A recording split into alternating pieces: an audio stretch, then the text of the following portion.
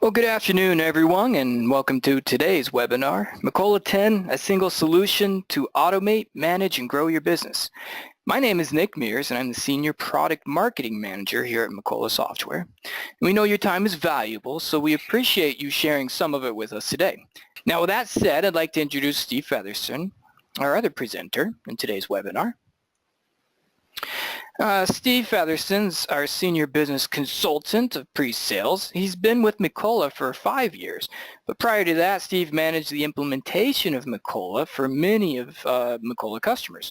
Prior to Macola, for 16 years, he worked in 3 different companies, all using Macola. Before this, Steve owned his own business for 22 years in the consumer electronics industry. So welcome, Steve. Thank you, Nick. Yeah. Pleasure to be here. And with the CES show going on, I'm sure you've been enjoying that. There's been some interesting products coming out. Absolutely, absolutely. So, well, glad again that everyone is here today. So let's get started. Now, we're looking at 3 questions that we hope to answer here. First, who uses Macola? How can Macola help you? And why is Macola different? Let's start off with this first one. Who uses Macola? So first of all, the companies that use Macola are primarily in either manufacturing or distribution. So these can be companies who are doing just about anything, especially those that are in what we think of as discrete or process manufacturing. They can be in metals, they can be household goods, they can be food and beverage, injection molding, industrial machinery, you get the idea. Basically, if you're in that space creating something in a manufacturing environment, then you're probably a good candidate for us. And we have thousands of customers who've used Macola just to solve their needs. And distribution as well, I should add that to it, not just manufacturing. From a size perspective, we typically target what we think of as a small, medium-sized business space, but we also are great for larger companies too. So for us, that means anywhere from about 20, which would be a really smaller company, all the way up to about 10,000 employees. Geographically speaking, it's safe to say that Macola has a global footprint from the US and Canada and Latin America to Europe, Asia, Africa. Macola is a quickly growing company. Okay, so Macola's been around for a while, over 40 years in fact, with about 88,000 customers having relied on Macola to run their businesses. And the Macola 10 is what we like to call all-inclusive and scalable, meaning that you get more functionality for better ROI, and because it's scalable, it's something you can grow into. We'll talk more about the scalability of Macola 10 later on. So who uses Macola? Now we think about who relies on Macola, and well, all kinds of companies do. We have a few here on this list that you might recognize. At the same time, these are customers that are not necessarily representative of our entire customer base, because a lot of our customers are ones that you probably wouldn't recognize. You know, they're companies that are behind the scenes. They're companies that feed into the supply chain. So maybe you've heard of Simple Green or White Castle, but you probably haven't heard of the other 99% of our customers who make something for the supply chain. So who could benefit from Macola 10? Well, for starters, anyone who's experiencing any of these challenges. First off is a siloed organization with information that's inaccessible, data that lives solely in a single department. Second, those who are experiencing information everywhere. Who knows where you find the answer to your questions? Third, you're seeing lost tasks that have been slipping between the cracks because at first they seem insignificant, but it's amazing the amount of chaos one supposedly insignificant small missed task can have on an entire process. Fourth, it's an area of unknown responsibilities where no one knows who's responsible for what. So if you're experiencing any of these 4, then you could probably benefit from Macola 10. Now before we get too far along here, I actually wanted to kick off a poll. So the poll question is, what do you see as the greatest challenge facing your business? Okay, the leader is making processes more efficient. Pretty good. Yes. Next up, reporting with real-time data, collaborating across functions, and then tied are those last two. But Steve, go ahead and interpret, please. I took my own guesses, and I was going for making processes more efficient being number one, followed by real-time data. So the rest of it, I'm not as interested in. But wow, these were standing right out front. You nailed it. You are in tune with our webinar audience here. So we'll do another poll here in a bit. But thank you everyone, and thank you for your vote. So let's get going here. How can Macola help you? So there's really 6 benefits. And if you're a company that is experiencing any of those 4 challenges that we showed in the last slide, then you're really going to be interested in this slide, because there are 6 benefits that Macola can bring to your organization. First off is improved visibility and control of enterprise processes. Next, reduce costs, and on the other side of that coin, increased revenue. Reduced errors. On the positive, improved accuracy. Next is spotting bottlenecks and redundancies and increasing efficiencies. Reducing manual effort and paperwork and increasing productivity. We actually have an example of that. Increased customer and employee satisfaction. So these are the 6 benefits that you could receive from Macola 10. But let's get a little more specific here. In your business, each business function, each role has different responsibilities and with different needs. Macola addresses these different roles and different responsibilities. Here are just a few of the different roles that Macola can help you with. For starters, the president may be looking to increase collaboration across business functions and to better manage the supply chain, while the director of operations may be looking to optimize shop floor and spot bottlenecks and redundancies. Macola can help with these. Why is Macola different? Well, we recently won an award from Frost & Sullivan for product leadership in ERP. When describing Macola, Frost & Sullivan mentioned things like complete functionality, highly scalable, personalized workspaces, role-specific views. It's integrated and scalable. And we're proud of this recognition from Frost & Sullivan and are happy to share it with you as well. Now, what makes Macola different? Well, I like to talk about these, from all-inclusive value to flexible purchase options. The first, all-inclusive value.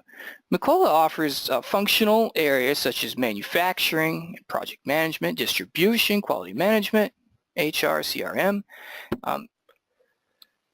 And this is a quote from the general manager of Solar Medical that I really like. When he was comparing Macola's all-inclusive full functionality as opposed to other ERP providers who charge basically by the module, he said Macola was an inclusive solution. It just had a lot more functionality.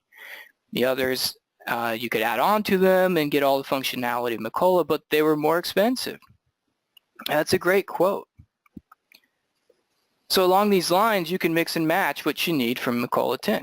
You may not want all of them. You may only need a few. But either way, you can start with the ones you're ready for now and grow into the rest later at no additional cost. Macola 10 is ready to help you grow. And from manufacturing to customer relationship management, anything in between, these are just a few of the features and functionalities that can help you grow. There's quite a depth and breadth of feature functionality here, and Steve's going to be discussing this in greater detail here. Before that, I want to do our next poll.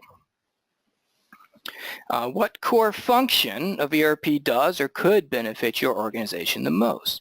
Let me go ahead and launch this one. Is it project management? Is it manufacturing, distribution, accounting and finance, CRM?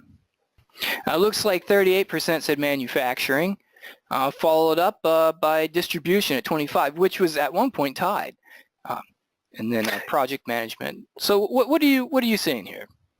I had my own guesses. I went manufacturing number 1, accounting and finance number 2, and CRM number 3. Missed the distribution part. That's still a good, strong representation of what our software does. So well suited for it. Yes. No, that's very good. Well, thank you everyone for taking the time and voting, and these are really interesting results. Let's getting back to what makes Macola different. Next up is integration between business functions, between sales, support, purchasing, production, shipping, and of course the C-suite here. Macola helps you break down the silos within your organization. Configuration instead of customization. Macola is cost effective with out-of-the-box configurability, without the need for costly customizations. Automated workflows that increase efficiencies. These reduce manual effort and paperwork and improve visibility and control of enterprise processes. So about this automated workflows, oftentimes companies have individual processes that aren't really processes at all, but are a series of disjointed and disparate actions. They aren't connected, and because of this, they certainly cause pain points, such as delays due to late paper filings, a mailbox that maybe isn't being checked, or time-consuming manual data entry, or siloed data on top of that. I do like this screen. from chaos to order, right? So what we do first is organize and put these into a process here. See the flow, and then once you organize these previously disjointed tasks, you can actually, with Macola, start replacing entire tasks. Some of these workflows can even reduce or eliminate manual tasks. And this is just one example. So you can see how this could become very powerful for you. You can configure Macola to meet the needs of your specific workflows and the needs of your organization. This is the strength of Macola's automated workflows. And this is a great quote here. This is from the Director of IT from GL Mazzetta regarding automated workflows.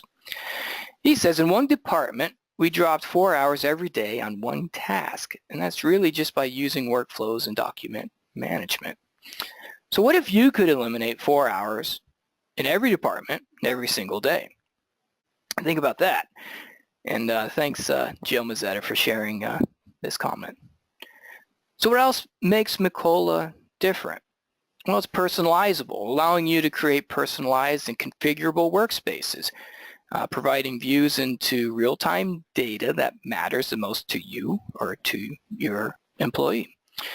And Steve, we'll actually be showing several examples of these role-based workspaces. Yeah, a lot of them will be all user configured, where the actual user changes their workspace to what they need. Yes.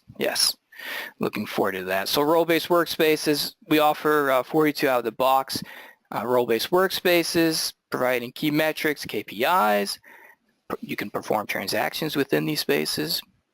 They're role-specific on an individual level. And if any of these 42 out of the box spaces don't work for you, then you can mix and match, and you can even, without knowledge of coding, create your own workspaces, configure your own workspaces. Anytime, any device, from the desktop to the laptop and to tablets on the shop floor, increase the speed of doing business with anytime, anywhere access. Take your data where you work. And then lastly is flexible purchase options, from perpetual to subscription or enterprise license agreement. We want to align with what might best work for you. Last quote, one more example of a customer who was able to use Macola to eliminate a bottleneck that they were facing. This company's in the metal fab industry. And they said it used to take us between 3 to 5 days to quote one of our larger jobs. Now we're down to half a day. They found the bottleneck, and with Macola, significantly reduced the amount of time it took to quote orders. So next off, let's pass this over to Steve for a closer look here. That's great. Thanks, Nick. Good afternoon, everybody. Today we're going to be taking kind of a walkthrough on Macola of the quote-to-cash process. It's going to be in the latest version of Macola. It was released last month. We're on 10.6.1 is where we're at presently. And we're going to be using, as Nick mentioned, a role-based interface to assume the roles of the individuals that are involved and maybe highlight some of the features and functions, maybe some of the automated capabilities as we go through this. So Nick's going to run an automation here, and Steve's going to try to keep up with it. Basically, we're going to start out with Ron Calley in the upper left. He's going to enter a sales opportunity, work with that opportunity, maybe process it out so that he can end up quoting to the customer. That quote may in turn be approved in the field. It may be promoted to an order. Somebody in inside support would get notified of that, that they've got a quote out there that's been converted to an order, and they in turn would review that and maybe print out the pick tickets or convert the quote if that's their responsibility, but basically processing the sales order. When that's done, because it's going to be a rush order, it's going to notify a lot of people in the company something's going on.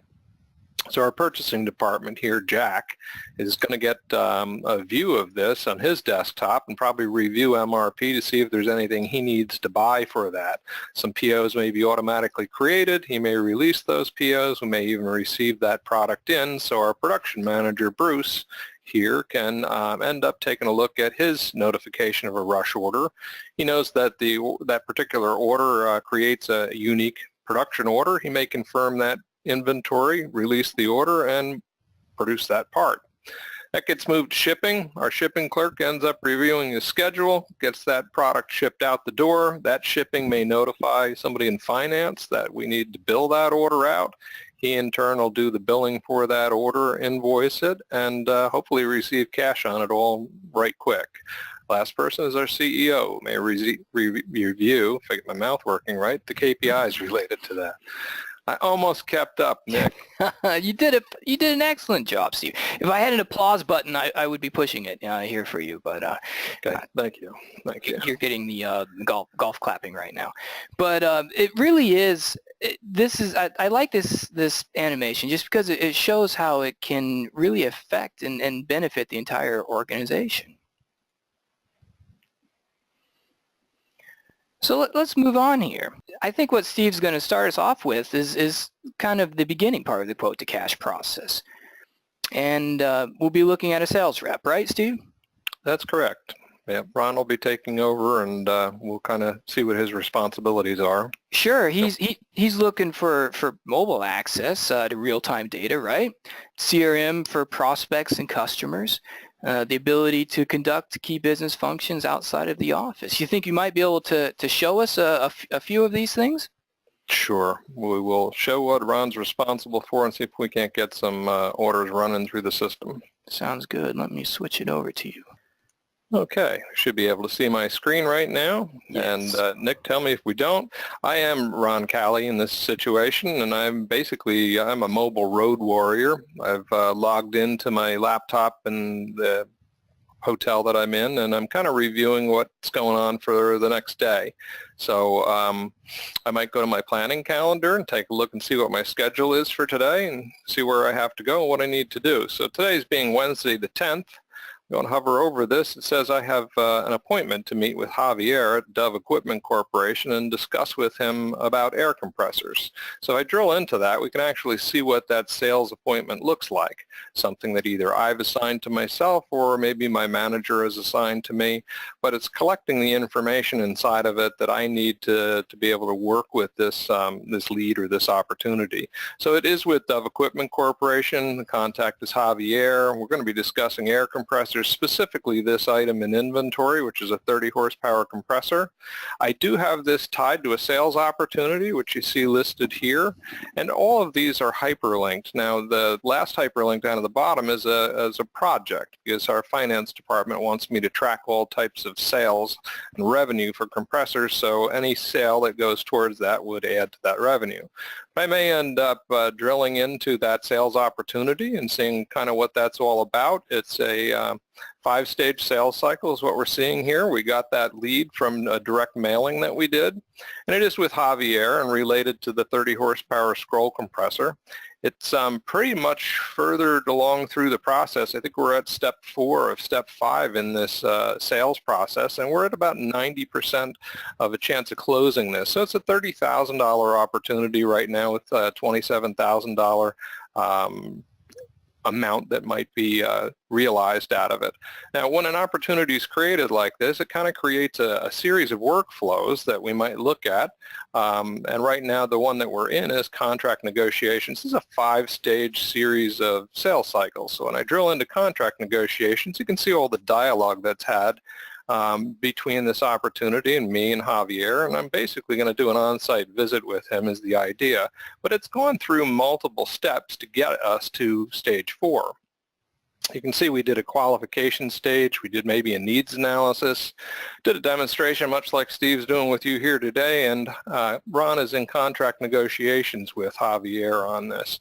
So we can kind of use the hyperlinks to kind of bounce back and forth with this and be able to look and see, you know, what's necessary for completing this opportunity. Now, Javier is going to end up going on site, or Ron's going to go on site with Javier and maybe discuss this opportunity. And what we're looking at working with him on is an SLE series of air compressors. So this is, if I bring that item up, we should be able to surface the item card for that and be able to see the details of this. So it's a compressor like you're seeing here, and anytime you have a connection like this, we can see from the compressor what might be the opportunities or the accounts that are involved with this and the details from it. Now, if Javier needed information about this, I could go to the links on the documents of this air compressor, be able to send them a fact sheet or an image or maybe a line brochure related to the series of compressors he's working with. So you have the flexibility to go kind of back and forth with this. Now, in preparation for going out to see them, I might go and look up their address. So we'll put Dove Equipment's account number in up here and pull up their account card. And they're in Monroe, Connecticut. I see their address is 123 Main Street. I go to my mapping function here and take a quick look as to exactly where that's located. So taking this to your mobile device or whatever, you do have the ability to get Macola to help you with some of the mapping. You can also do this on the iPhones or Android series of phones using our mobile apps. Regardless, I'm going to go and see him, and we're going to end up going to their location, and we're going to log in using an iPad here to kind of discuss with Javier what's the next steps for being able to complete this compressor sale. So as I open up my iPad here and I try to get this to display in our meeting, it kind of looks like this. I'm using the native application here. I'm basically a browser base to be able to do all the same things that I just did, you know, on my desktop. And now with this particular application, I can be talking to Javier, and I've provided him some details already about this. I'm going to end up moving over to some of the new screens that we have with Macola 10 and maybe take a look and look up that item that we're working with him and see if we have any of these in stock. So that was a SLE series of air compressors, and we'll see if I can't surface that in this display. If I could type right, I'd probably do a lot better. Turn it this way, I can see the bottom of the screen. There we go. So here's 30 horsepower compressor. I can see I have absolutely none of these on hand. I realize that these are custom built as we need them, and we do these through production order processing. So I can see the production orders that we may have had recently for these. And so we're going to have to build one of these to be able to satisfy Javier's needs with this, to get that out and in place. So with that said, I'm going to go back out to my order entry application here, and I'm going to ask it to allow me to create a quote. So we're going to move over to creating a quote order for this, and there we go. I'm going to say we're going to work with Dove Equipment Corporation, and it fills in all of their information. I got a quick view as to what their credit details are, so I can kind of review that while I'm talking to them. And it fills in all of the information on this as far as how they normally like to ship, where the bill to ship to information is from the customer card that's in Macola. I'm going to end up looking for the item in inventory we want to add to this. So this is an SLE series of air compressors, so we'll throw in a first couple of characters of that and see if we can't surface that 30 horsepower compressor. It should fill in the information we need, pricing, ship fees, all of that type of detail. We'll end up adding that to the order. So we scroll up top here, we should have that $27,000 order in place as a quote. And I'm going to end up submitting this. Now, this can automatically send to Javier a copy of this. Quote number 316 has been created from this, as you see. But Javier has kind of decided that we're going to go ahead with this right away as long as I can promise him that we'll be able to get this thing built fast and out the door quickly. So we're going to try to do all of that today. So with that said, Javier's handed me a PO for this. So I'm going to go back into an order inquiry here. We're going to look up that order.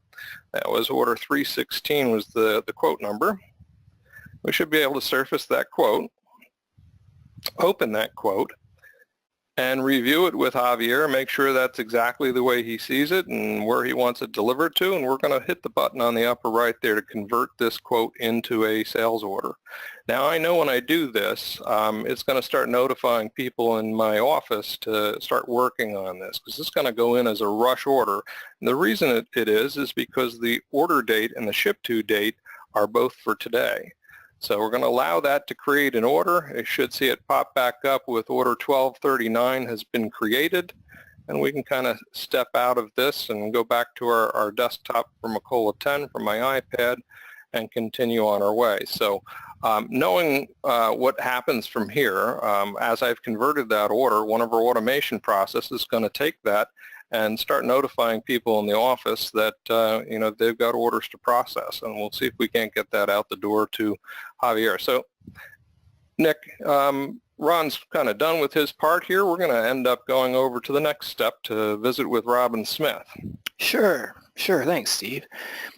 So Robin is in support here. She's going to be automatically notified of key sales activities. She can process, review sales order, and print the pick ticket. She's also wants to be able to automate key tasks. These could be order acknowledgments, internal notifications for rush orders, things like that. Steve, we have an example we might be able to show for this support. Sure. Let's take a look at what Robin's desktop looks like and see if we can't process this order for her. So you should be seeing Robin's desktop at the moment. Mm-hmm. I consider Robin a power user. She has a custom desktop that she's put together herself. If she doesn't like where things sit, she can kind of just drag things around and add new functions to it. But every one of these hotkeys that we're seeing, or tiles as they like to call them, is basically a one-click to the function that you need to get to. And she's adjusted these for what she needs. Now, in her incoming workflow, which workflow is a lot like Outlook, and the tasks inside of it are a lot like emails, we see this heads-up alert that a rush order has just arrived. So she's going to drill into that and see that, yes, in fact, Dove Equipment Corporation's got a rush order. Ron Calley just notified us about that. And I can click on the hyperlink to go and see what that order looks like. Now, my guys on the outside road here doing their sales as quick as they can, they don't often get everything perfect. So I'm going to review this order as far as the item that's on there. I do notice we don't have any in stock, so one of these is going to have to be built. But I'm looking to make sure that the taxation's right, the ship to bill to information is correct, that it has been set up to leave by, the correct shipping method. And if all that's correct, I may end up printing a pick ticket for this and releasing it to the floor. I could also print an order acknowledgement from this, but I know that my automation element will end up sending Javier a notification that this order has been processed and is in the system. Originally came from quote number 316. We kind of see that detail there. So she's able to release this order and get it out to the floor to get it processed. So, Nick, we're going to probably bounce back into somebody in purchasing after this. Sure. So we'll be leaving Robin and heading over to purchasing here. And in Purchasing Manager, we'll be looking for visibility into all targets of the supply chain. MRP, inventory management, print purchase orders, and receive materials. And I think we have an example workspace to show for this too, don't we, Steve? Sure. We're going to end up logging in as Jack Davis next. So This is Jack Davis's workspace. He's our purchasing agent, and we can see he's got something very similar to what Robin has. He's got a bunch of hotkeys up here for processing purchase orders or looking up vendor performance. You may have some what we call web parts, which you can see, late receipts, or maybe what's been received last, or what might be the top 5 negative items, things that he's dropped on his workspace that he considers important. But he does have that rush order alert. If I drilled into that, we'd see that that's that same notification that Robin just got, and it's for that SLE series of air compressors. Now, he's probably concerned about what he's got to do to get material in for that, and MRP runs on a regular basis. MRP, the purpose of that is kind of help him know what to buy in advance, and we're just going to ask MRP to tell him what POs might need to be generated at this point for that particular series of air compressors. Now, that air compressor series is a TS series of air compressors, so as I step through this window, we'll see that we're going to be short 6 pieces of the 131-450, 6 pieces of an SLE 165E, and 1 piece of the 102-160. So he's got to get them in pronto to be able to get this product out the door. I'm going to ask this recommendation to select all of these items, and we're going to allow it to create a purchase order directly from the recommendation. Now, as I step out of this, it's going to make sure, are you sure you want to do that? And it's going to create a unreleased purchase order in the purchase order module for Jack to in turn work with. So as I go and I take a look at what purchase orders are out there, this should be the one that's got the highest number on it, so I'll just reverse sort this and see we've got an unreleased purchase order for Shimani Corporation, which as I drill into it, I'll see it's for those items that we just talked about in the recommendation. I might take this and flip it to released, save it, step out of it, and it's going to want to print that purchase order in order for us to be able to receive the product. Now, although I can print this to paper, or I can print it to the screen, or print it to file, it does need to be printed for us to be able to receive it. So we're just going to print this to the screen so we can see what that looks like.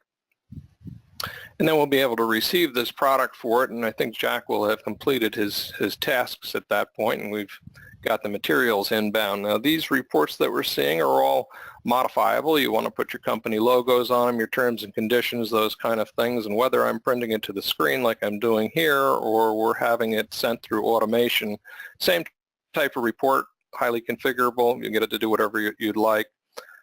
First time I run that, it's a little on the slow side picking up with me, but there are my assembly kits and the 5 horsepower motors and scroll pumps, so I need about 13 parts to get this done. So I step out of this, we'll make sure that I did this print correctly. This is my last chance to modify it before I can receive it. And that's PO number 632 if I see it in the upper right. So as I kind of step out of this and we go over to the receiving functionality, we'll open up a shortcut to receiving. And we're going to receive PO 632. Now, none of the items I have are lotted or serialized, so as I step through this, I do have the ability to receive them all as ordered. And I can count to 13, so I'm pretty sure I got what I need. I'm going to click that button and allow it to receive all of the items that's on the order without me doing it kind of on a one-by-one basis. Now, that's great if you have a PO with a whole lot of line items and you look it over thoroughly. So as we see this kind of step through for today's date, you'll see it jump through the line numbers 1, 2, 3 until it's received all of those components. At this point, Jack's completed his task, and we're going to end up moving over to Bruce in production to be able to build this air compressor to get it out the door. So, Nick? Yes. I have tasks for Bruce. Okay. So what we're looking at here as for the production manager is something that's been automatically created, a production order. That's in the POP module. He's responsible, or the production manager is responsible for optimizing the shop floor, product routing, master scheduling, bill of materials, etc. Steve, we have a workspace for the production manager? Sure. We're going to be logged in as Bruce Huntington. As I show my screen here, you ought to see his name in the picture in the upper right. And again, he's got tiles to the features he uses frequently. He may have some detail as to, his production reporting, or what might be the top 10 shortages or the top 10 items being produced in the last 365. But he's got a heads-up alert just like everybody else has, notified everybody in the company that this is going to be going through. And if he drilled into that, give that a try for now, and took a look at it, he'd know that's going to be for the SLE series of air compressors we're seeing at the bottom. With that said, the way Macola is set up for this item, if a sales order is put in for that air compressor, it automatically creates a production order for him. So he can go into his production module, and much like Jack did with purchasing, he should find an unreleased production order for that particular compressor. So here is order 519 that's unreleased. He has that human element to be able to say, I want this to happen, but you can see it's tied to customer 2033. It's tied to sales order number 1239. It's also tied to sales line on that order of sales line number 1. So there's a connectivity back and forth, and as he reports production on this, it's actually going to go back and update the sales order that now you have inventory on hand to be able to build this item out. So we're going to release this order. We may end up asking it to print the production work order for this, so we know what items we have to pull and we know what we need to do with it. Detailed instructions can be put upon here, but this is, basically the work order that gets it through the shop. Now, this is not a complicated assembly, so it may take 45 minutes for the guys to bolt all the pieces onto it and get it put together. So we're using production order processing, which is lightweight manufacturing as compared to shop floor where you can build an automobile with. We're going to go in and report production on that order. That was order number 519, so we'll go and grab that. It's been printed. And we're going to end up adding some labor to this. Now, I can have value-added costs associated with this product and its bill of material, but in this example, I kind of wanted to add them on the fly just to see that you can actually add, labor or overhead, as an order that maybe didn't have it in advance. So go to that order, double-click on what type of labor I want to add, and we're going to throw in some assembly and overhead time here, and we'll say that maybe it took 45 minutes to be able to do this. Hit enter on that and escape, and I've now added value-added costs to that particular production order. Say the order's complete, and when I hit save here, it's going to move the product from the piece parts, or reduce all the components that go into it and create a finished good, but the finished good is lotted or serialized. So you're going to see that transaction as we hit save here. It's going to bring up what would be a unique number and assign it to this build so we can do traceability on this at some later date. Now, if this is a perishable product, you see we do have expiration dates that can be tied into it, but it's going to go in as lot number 311 into the system, and we'll allow it to do that and step out of this, and he's kind of completed with his portion here, and Bruce is going to roll this compressor down to shipping, and we'll see if shipping can take it from there. So back to you. Sure. Okay. So let's take a look at shipping here. The shipping clerk, in this case, he's looking for an automated notification in his workflow, especially if there's a rush order or something that becomes very timely. He can review the shipping lineup, responsible for bill of lading, tracking of freight charges, weight of product. Let's take a look here at the shipping clerk's workspace. Okay, well, we're going to be logged in as Peter Bailey. And as I bring my screen up here, you'll see he's keeping an eye on the weather. It's also got some hotkeys here to UPS tracking, FedEx tracking, maybe a third-party application that helps you with your shipping. But down at the bottom, he's got a snippet of his shipping lineup report. And some of my dates here in my demo data are old, but what's important to point out is some notes can be carried across from anybody in the company. These are from customer service. For instance, this note attached to order 530 is that we've just updated the shipping address on this. And the next one down, we need to hold this shipment. So we're having some communication going back and forth between departments. This one, we're waiting for some raw materials. Now, if he wants to see this full screen and be able to refine his dates down to just what needs to ship out today, I'm just going to click on this shipping lineup tile up top here. We'll end up seeing his desktop go full screen, and the same data that we saw down below is now in a full screen mode. And I'm going to refine this down to saying, you know what, I just want to see what needs to ship out from the beginning of January to today and hit refresh. At this point, we're picking up a few orders that need to go out. The one we're concerned about is this 11239 here for Dove Equipment Corporation.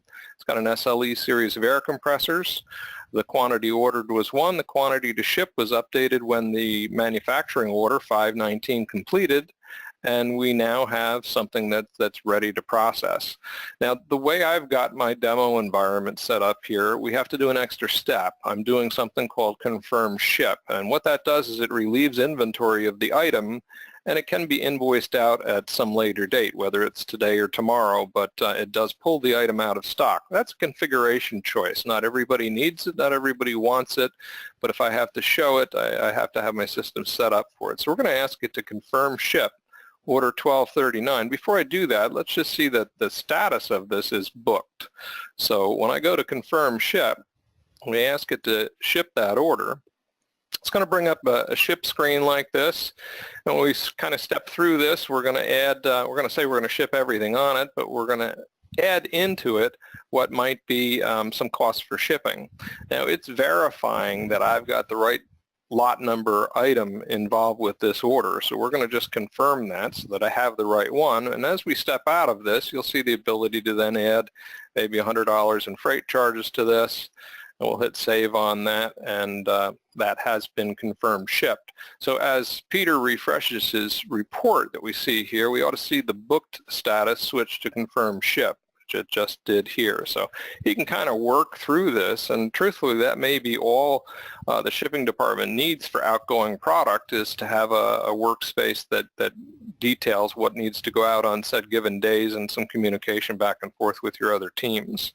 So he's done his part, and that product has shipped out, and we're going to end up invoicing it a little bit later, but Peter knows that when he ships a product like this, it automatically notifies finance that it needs to be billed out and invoiced. So at this point, Nick, we're going to end up going into as Joe Whitemore in finance. So can you tell us what his roles are? Yeah. So the accounting and the role in this case is going to be automatically notified of the shipment. They'll verify the shipment paperwork, create invoices, processes and applies cash receipts to appropriate invoices, may follow up on past due accounts to obtain payment. Also, this role is going to be managing general ledger, reviews and approves, AR, AP, let me see, payroll, bank transactions, agent reports. Now, we're not going to look at all of these, but we can show a few of them, right, Steve? Sure, absolutely. So, Okay. So we return back to my screen, we're going to see Joe Whitemore's desktop. And he's got a couple of web parts that we've dropped in here. One is a view of his executive scorecard. Another is his control accounts, gives him an idea of what he's got in bank, accounts receivable, inventory, along with some detail on maybe sales. But down below, he's got that notification coming in, not only the heads up alert, we got a rush order, but also the notification that order number 1239 has just shipped. So he knows he can work with this at this point. We're going to end up and go and selecting this order for billing using one of the hotkeys he's got up top. We'll type in the order number 1239 and say that we're going to bill everything that's on that order, and we're going to bill it for today's date. And we do see the $100 that was brought in by the shipping department. We're also seeing taxation being calculated and also commission for the sales rep that's involved. So if all that is correct, you'd hit save and step out of this, and he has selected that for billing. Next step would be to print the invoices. I kind of have this in a left to right step-by-step process with his desktop. So we'll print the invoices on 1239. Now this can be done in batches, so you're printing a whole series of them at once. I just happen to have one of them selected for billing at the moment. And we should see that invoice come up with the details of the lot number information that we produced and associated with this order. So here we're seeing the taxation, we're seeing the freight charges that are involved for a grand total of $28,720. We'll try to receive cash on that in a moment. So when I try to step out of this, hit close, it's going to ask, did it print correctly? This is your opportunity to make sure this invoice looks correct and all of the details of the sales rep and that kind of thing are perfect, because you'll be posting it after that and there won't be any modifications beyond it. So I'll say yes, it printed correctly, and we in turn should be able to go and post those invoices. Now, compared to confirm ship, posting the invoices actually does the GL transactions for all of the different elements of the general ledger. The confirm ship function basically just put the cost of goods sold into a holding account while the product had left the building and left the invoicing part for us at a later date. So I'm going to go and click on posting those invoices. We should see order number 1239 pop up here in the list of ones being posted, and that portion of it has been completed. The last piece we need to do for this is to receive cash. Now, we're doing this kind of in a rush basis. You don't normally get paid right away, but I'm going to go and receive cash. We'll do a new cash entry. Everyone would love those customers, right? Yeah. Yeah. So we're going to pick the bank that we're going to bring this into. You can have this default, but we're going to bring in roughly $28,720. We'll make that, I'll tell you what, let's make it $725. Make it a little bit more than the invoice just to create havoc in the system. So that came in by a check number. We'll see if I haven't used that check number before. I like to use a deposit date of today's date and use that for the whole deposit ticket. So 1/10/2018 would be my deposit ticket number, and we're going to put that in for today's date. Now, it is asking me who did I get the check from, so we're going to say that was from 2033 or Dove Equipment Corporation, and it then journalizes that entry into our bank account and also into AR.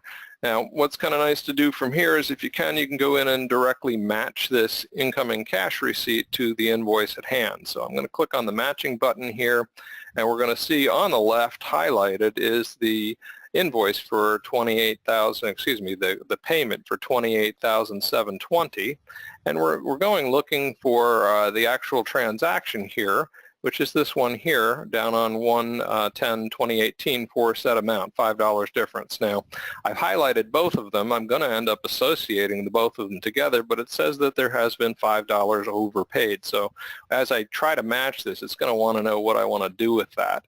And when I do hit match process down at the bottom, you're going to see these two highlighted blue transactions disappear. They'll go away because they've been matched together, and it'll leave us with a $5 credit on the account for that, or I could write it off to some other account. But let's try that. So hit match and process. I could leave it as a balance, a payment difference. I could send it to another GL account using the other button. We'll just leave it as a credit or prepayment on the account. Hit process, and those two transactions should disappear, and we now have a $5 transaction that's related to this particular sale.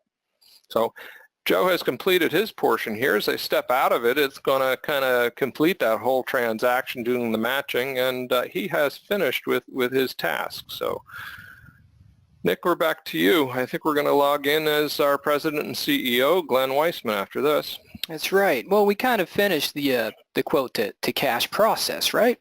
And the president here in this case is actually making sure that this process flows smoothly.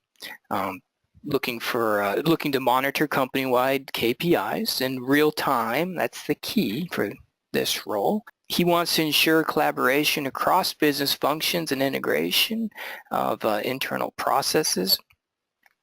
Also important to this role is out-of-the-box reporting.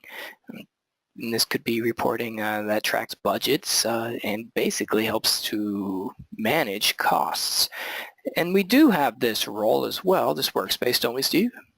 We do. We're going to end up logging in as our President CEO. Show my desktop here. This is Glenn Weissman's desktop, and he's got some snippets or web parts that have been dropped in place. You can see that his sales for this month have just gone up. We're about 145,000 as compared to last year at 212, and we're only on the 10th of the month, so that's looking pretty good.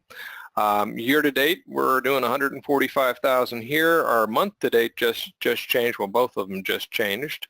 So because it's picked up the sale that we just completed, everything here is a live general ledger. So anytime you open one of these workspaces or you hit refresh on your browser, if something has changed, you're going to see it here.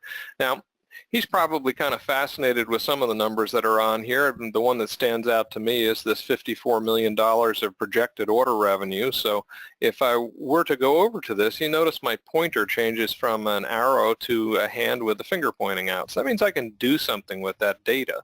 So if I click on it, I can maybe drill into a sales dashboard to get a deeper view of what that $54 million is all about. That'll end up opening another report. And that 54 million, I can drill to the detail of the orders that are involved. But other than that, I can see how my sales reps are doing. See, Robin Smith here is kind of lagging behind a little bit, but I'm also able to see the same detail as year-over-year comparison that we just saw on the last view. But I'm able to see my top 10 customers so far this year, my top 10 items. So far, Dove Equipment's been doing really the best out of them all. You can see they're at $109,000. If I wanted to drill a little deeper into Dove, I could take that and say, I don't really know very much about Dove. I could drop it into Google and have it Google that account for me. Or I can say, well, how are they doing with my company? And drill into that in a view of a customer snapshot. So they buy a lot of these compressors from us. We've sold them 50 of them in the last 365 days. Their sales last year was $1.4 million, and we're on the first 10 days of this year, we're up to $109,000 in sales for this year. They owe us $262,000. We're seeing over here an outstanding AR. Their average days to pay is 8 days, and that's probably because they pay us the moment that I print an invoice or within seconds of that. I do have visibility of how they did last year in a bar chart here, and then again any open orders that are in the system for them. And you can see these orders, we could drill into those to look at them or do transactions on them, but some of the notes, like the ones we saw in the shipping department, are populating here. So order number 821 has a note on it, so does order number 951. If I highlight or hover over it, I can see they'd like us to send a line brochure with this shipment when it goes out. So just simple tasks like that can be brought into the fold and carried from person to person or brought out in different views on people's workspaces, as you see. So nice view for Glenn here, the ability to be able to see things in real-time data. And this does not matter whether he's in the office or he's on a mobile device. This information is available to him on both if you open up your environment to the outside world so that they can see it securely. So Nick, I think that completes the cash quote-to-cash process in Macola 10. We're just going to bounce back over to my regular screen, and I'll pass it back over to you. Yeah, no, that sounds great. Thank you, Steve, for walking us through this. And you just have a few parting thoughts here. So how can Macola help you? Well, it's a single solution with all-inclusive value. You have anywhere, web, and mobile access. And Steve actually showed a couple examples of that. We're looking at configuration instead of customization, increased efficiencies with automated workflows, flexible purchase options, and personalizable views into the data that matters the most to you. And we should say real-time data, right? Absolutely. Yes. So, I wanted to leave some time here for some questions, but if you're looking for additional information, please visit Macola.com. You can find ebooks, infographics, customer success stories. Our latest release information can be found there as well. We have some great videos on YouTube. And then if you have additional product information, you can reply to the email that's sent tomorrow.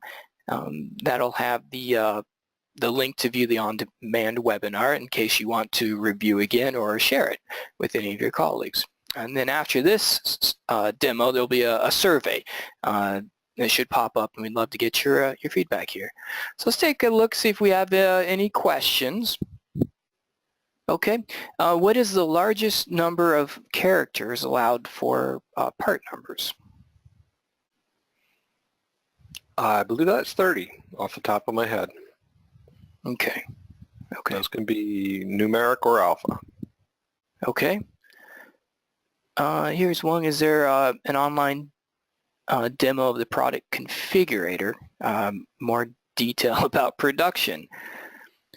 Well, Oh, go ahead, Steve. Don't know that I've created a online demo of the product configurator, but more than happy to show anybody what what's called feature option configurator is in Macola. It has a fairly decent configurator built into it, and I'd be happy to show that in any demonstration. Would not take much to show. Okay, and that's a good question. Maybe that's something I can work on too. Online videos of that. Here's one. Can shipping instructions be tailored by the customer as well as blanket instructions? Yes, yeah, do have the ability to make unique shipping documents for each customer, or, you know, if you're shipping to one customer and it needs a certain set of terms and conditions, or if they're going out of the country and you need it to specify specifics about that, yes, you can configure your shipping documents per customer. Okay. Wow, questions are flowing in. Here's one. Looks like about the implementation time. I'm thinking maybe how long it could take. Okay. In my experience in doing it myself and doing it with our consulting teams, most implementations run between 3 and 6 months, and that mainly is because of the amount of time that a company has to give resources to have their employees get involved, test, train, run processes, and check them. I think the fastest one we had is for a company within the last 2 months that creates retail displays. Like I just saw one in Walmart. Some of the cash register displays are made by them, and that implementation took 1 month, but that was tail on fire and all hands on deck, and they're up and running just fine with it. So it kind of varies, but 3 months to 6 months is realistic for a company of 30 employees or more that are involved. Okay. Have time to put into it. Okay, and it looks like we're running out of time here, and we still have questions coming in, so I'll try to follow up with some answers to these questions. Again, if you have a question that you didn't get answered or you weren't able to pose to us, feel free to follow up with a question tomorrow. And again, I just wanted to thank everyone for your time, for sharing it with us this afternoon. We appreciate it. And after this, there'll be a survey. We'd love to have your feedback. And please look for a follow-up email tomorrow with the link to view the on-demand webinar. But again, thank you, everyone, and have a great afternoon. Yes, thank you very much. Thank you.